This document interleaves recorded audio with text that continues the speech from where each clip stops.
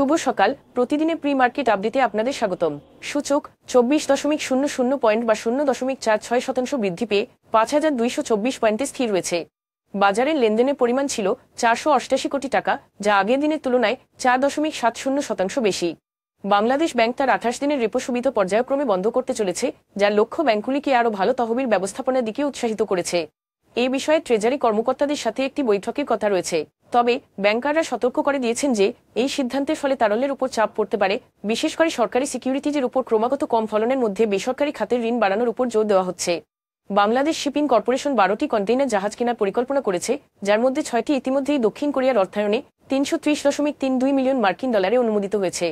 একটি ফিজিবিলিটি স্টাডির কারণে আটকে রয়েছে এবং বাকি 6টি জাহাজ অনুমোদনের অপেক্ষায় রয়েছে। চূড়ান্ত হলে 2027-28 সালের মধ্যে সরবরাহের আশা করা হচ্ছে। ঋণ জালিয়াতি এবং অর্থ পাচারের অভিযোগে দুদকের তদন্তের মধ্যে ঢাকার একটি আদালত ব্যবসায়ী এস আলম এবং তার পরিবারের 8,133 কোটি টাকারও বেশি ব্যাংক আমানত জব্দের নির্দেশ দিয়েছে।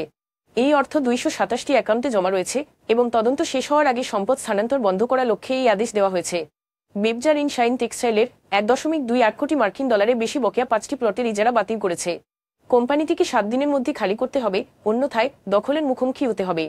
একাধিক নোটিশ সত্ত্বেও ঋণ শাইন আইপিও অর্থ আটকে রাখার কারণে পরিশোধ করতে ব্যর্থ হয়েছে।